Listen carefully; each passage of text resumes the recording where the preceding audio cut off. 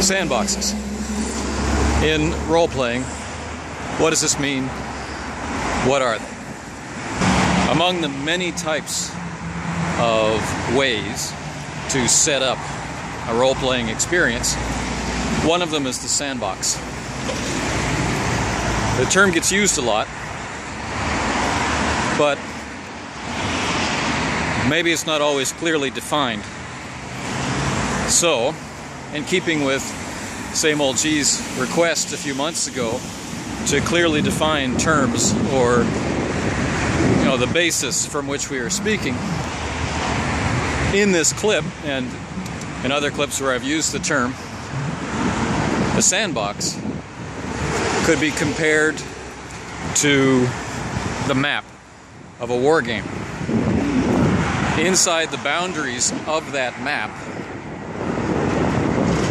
is freedom, possibility.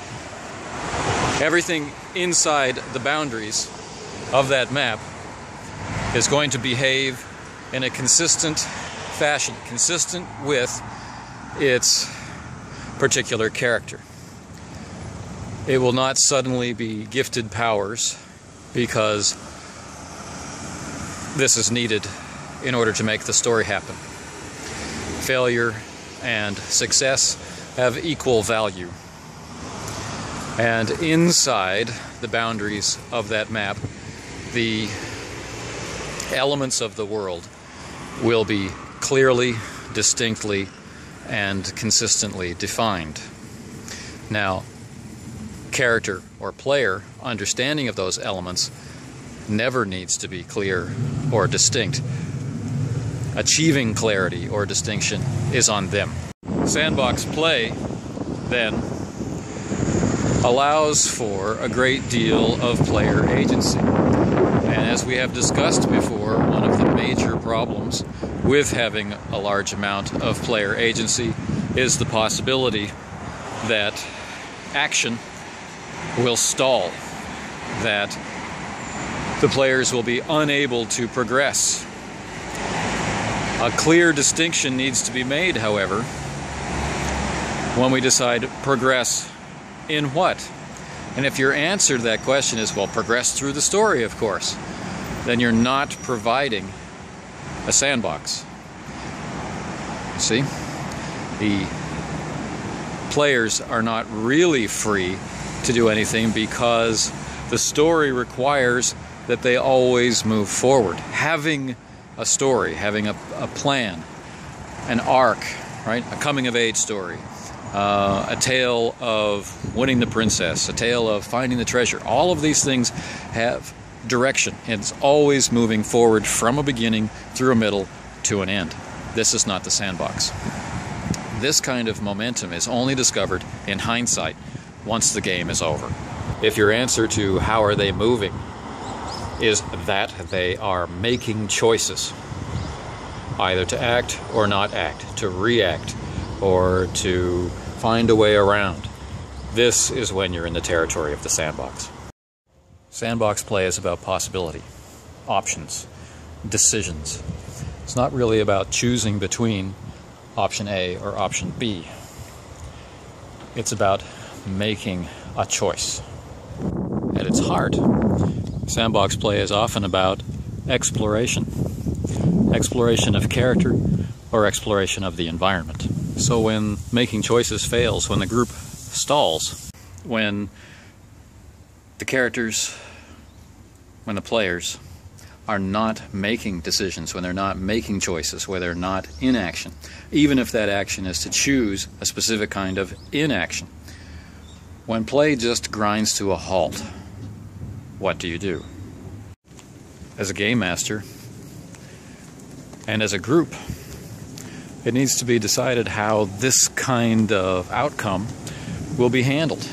Is it going to be handled in-game, or is it going to be handled out of game? If it's handled in-game, you're pretty much stuck with having story elements intrude on what's going on, meaning someone kicks in the door and starts shooting, or a mysterious person sends you a diary in the mail and all the clues, suddenly fall together, right?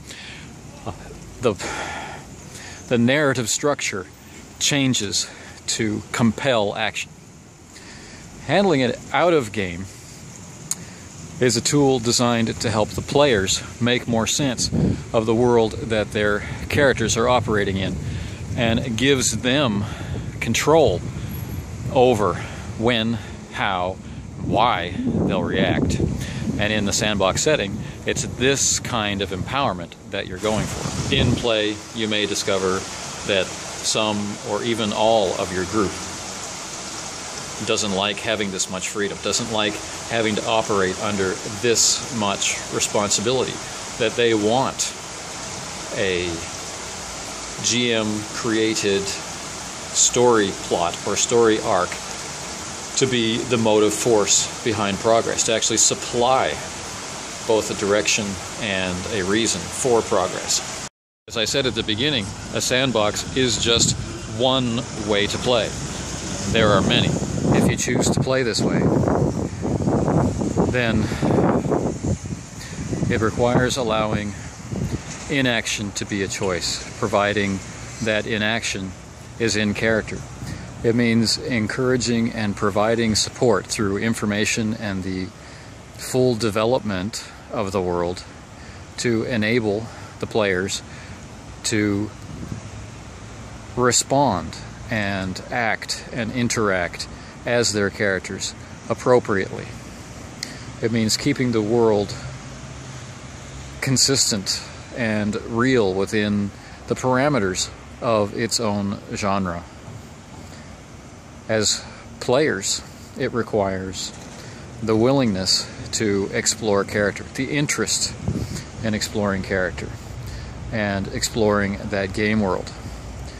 It's a distinct decision to step away from playing through a story